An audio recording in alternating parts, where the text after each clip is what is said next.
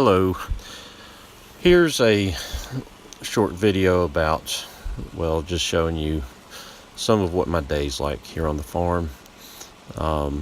Every day we rotate the cows to a new slice of pasture. Each section of pasture we call a paddock. First we start off by throwing out some seed. We're trying to improve the forage here, so we throw some seed out into the paddock before they go into it, and then when they go into that new paddock, they'll eat the grass, and while they're eating grass they will step the seeds into the ground and help make ground contact. And you saw me mowing there, and we mow down, the old stuff, a lot of stems and weeds that cows really aren't going to eat. And so here I am installing some fence for the paddock that they will go into this evening after milking.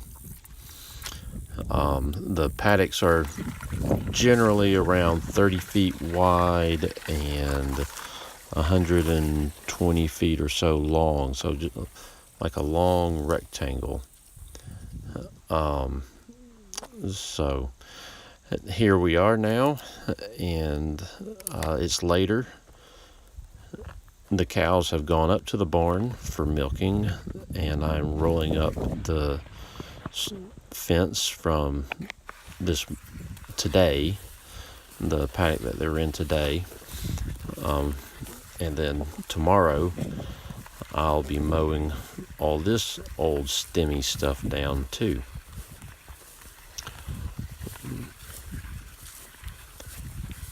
So, well, I hope y'all like this kind of stuff. It gives you a little glimpse of what we got going on here.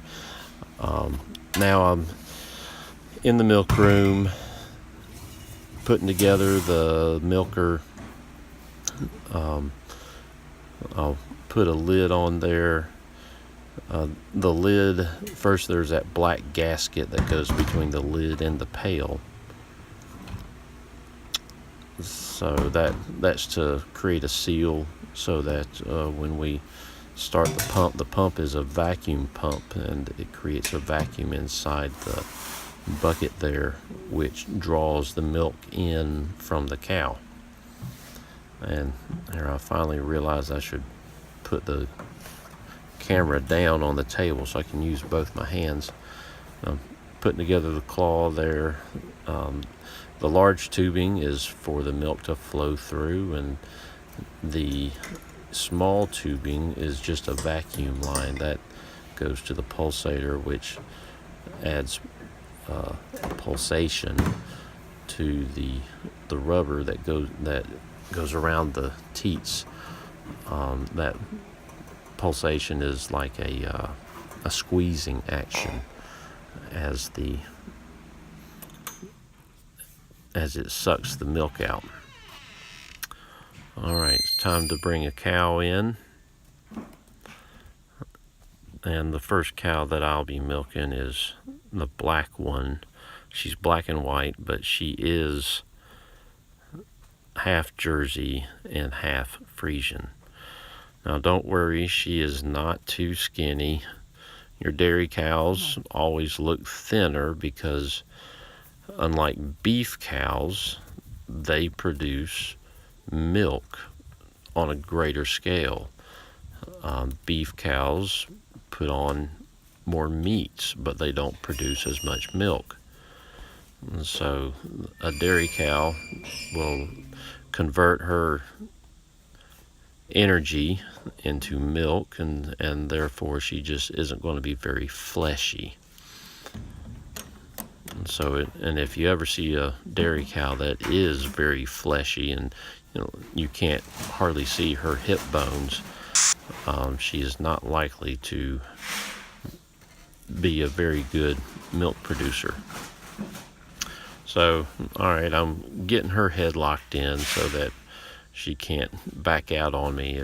Sometimes a cow will decide that she just doesn't want to be in there anymore. And so we got to lock her head in to help keep her still.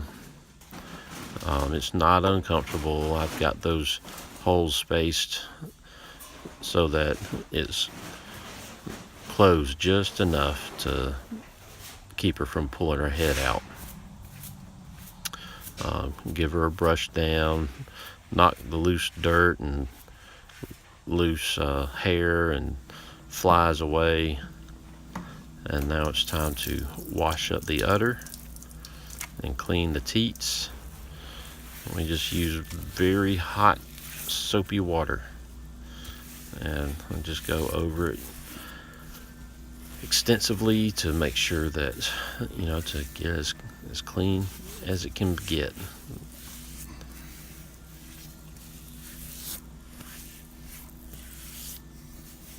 So this is also just it's kind of like it's a routine.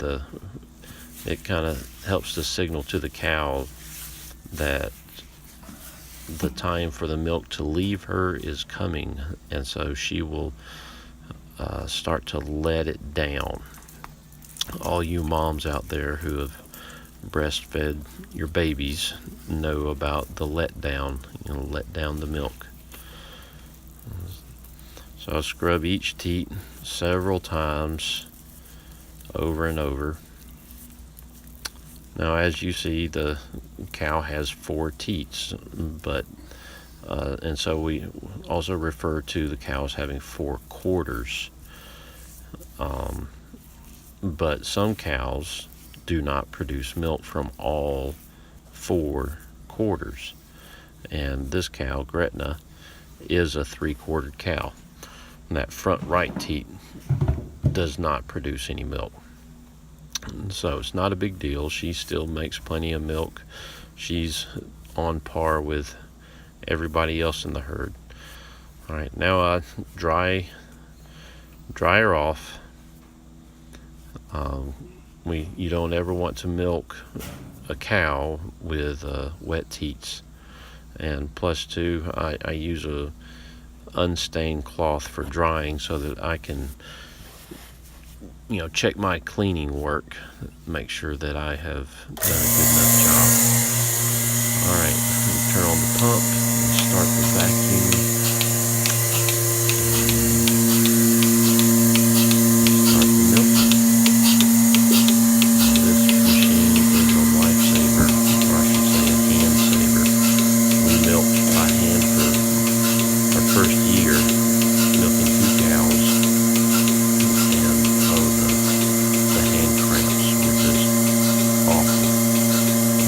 Yes, eventually someone gets used to it, but we just never really got used to it. My wife and I would have to take turns milking. One of us would milk, squeezing the teats over and over and over, and when someone's hands just got too tired, the other one would take over. So, and there's the milk just flowing into the pail.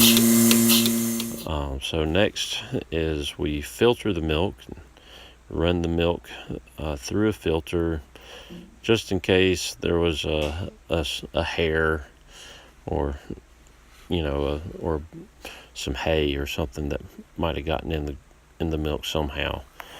But we have drank gallons and gallons and gallons of milk that we just never filtered for ourselves. And it never hasn't hurt us at all. Anyway, so now after filtering, the milk goes into a freezer to chill real fast, and then after about an hour I move it into a refrigerator. So anyways, hope you enjoyed this video, and if you liked it, please hit the like button. And if you'd like to see some other stuff, you could, or if you have questions, you can ask questions in the comments. So thank you very much. Bye-bye.